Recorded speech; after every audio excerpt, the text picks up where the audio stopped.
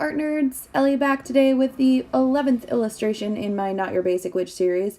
Today's prompt was bone collector or like skeleton curator sort of thing. I've got this handsome fella, and I don't know if he is, working in a museum or he's just like taking care of a private collection, but there's all kinds of animal skulls, all sustainably sourced, I'm sure. Just to clarify, there's a couple in there that are actually like dinosaurs skulls. I basically went through Pinterest and was like, what are some cool skulls that I can use? And there's a lot more than you would think if you're not like creeped out by that. I really enjoyed it. Right, like across from his face, is a giraffe skull, which obviously is not at its correct proportions. Maybe it's like a little baby giraffe. Don't question it. I didn't have like an idea necessarily of what the size reference, the scale should be on a lot of these. So they might just be completely inaccurate. That's what we'll go with. It's completely inaccurate. Don't worry about it.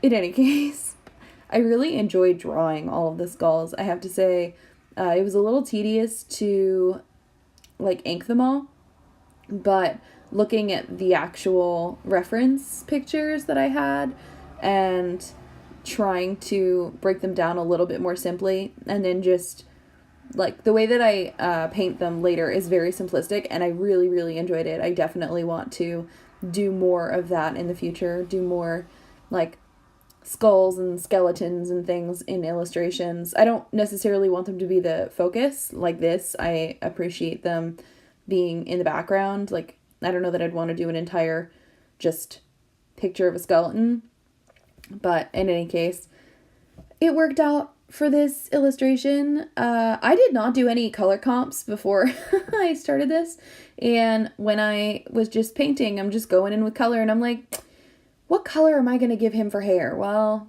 let's see. The last illustration I did, I had like a brown background and I gave the character brown hair, and I was like, nope, that didn't work.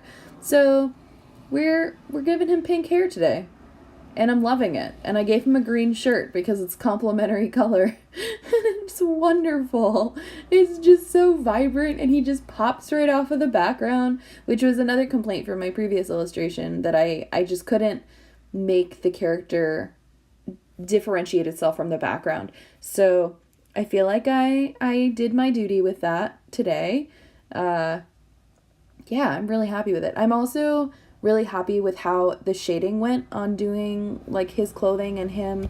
There's a little bit of like wonkiness in the background, but I saw a thing on Pinterest of like when you are illustrating a face, that in order for it to look more realistic, the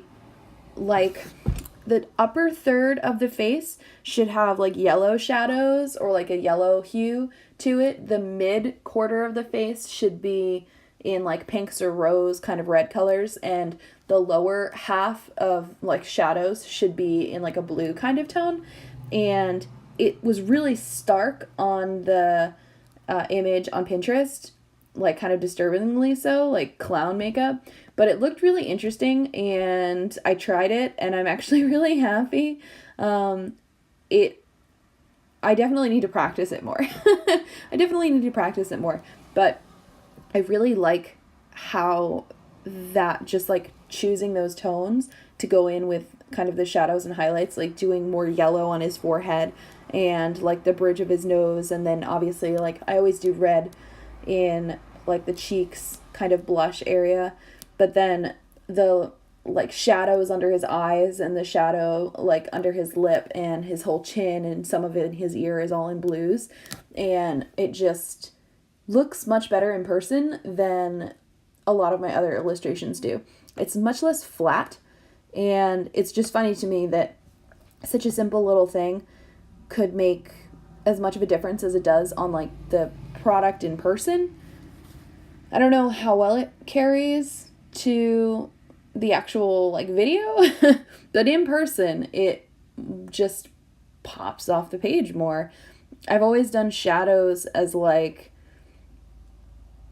just taking that color and making it more saturated kind of thing. I think a lot of people when they first start drawing do that. I know kids do that. You know, if you want it to be darker, you just add more color to one section versus another.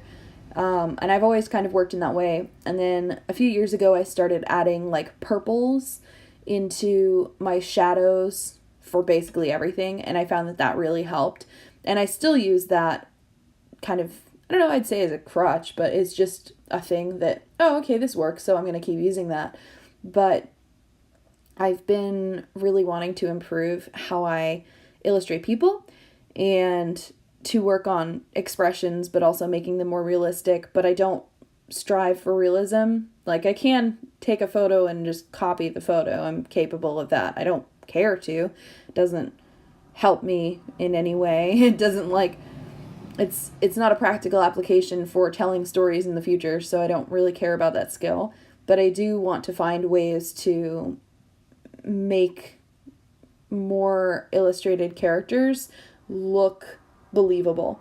And for some reason, this little trick with like shading and skin tone shadowing, like yellow in the top, red in the middle, and blue in the bottom, really seemed to work. So I'm gonna have to keep experimenting with that.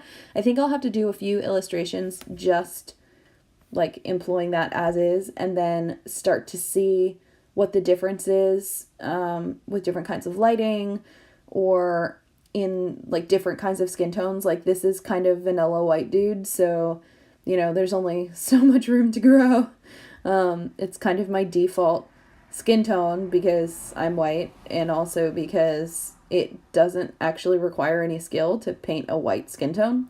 Realistically speaking, like, it's a little bit of a peachy tone and a little bit of some red in places where you would put, you know, extra blood. it really, it's an easy out. And I definitely need to work on other kinds of skin tones in my work and a lot of things in general, but I'm really interested in like practicing with this weird skin tone thing that I implemented on this illustration, and I want to do more of these skulls because they're so cute. I really enjoyed it. This was definitely one where I was like doing the background and I just wasn't happy with how the kind of case where all these skulls are. I wasn't happy with how it was like looking, and I think partly that was because I didn't want to leave it all brown, and that's usually you would see like a wooden kind of case or wooden bookshelves sort of thing. I didn't want to make an entirely brown illustration, and also I wasn't looking at any references, so everything's a little bit jacked, but that's okay. We're not going to worry about that. I still overall really like it, and I think that it was a fun experiment to add to this lovely illustration series that we're doing. I definitely want to revisit this cutie again, both the skulls and the dude. Very happy with his pink hair. So let me know what you think down below on any of like this illustration or the other ones or the series or the shadowing thing that I'm talking about or anything.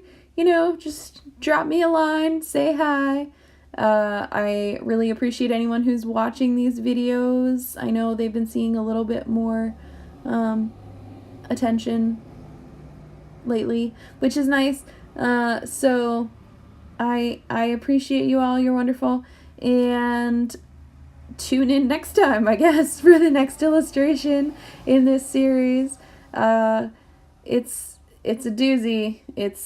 It's not as successful as this one. That's what I'm gonna leave you with. In any case, you guys are awesome. Be good nerds. Go make something. Bye!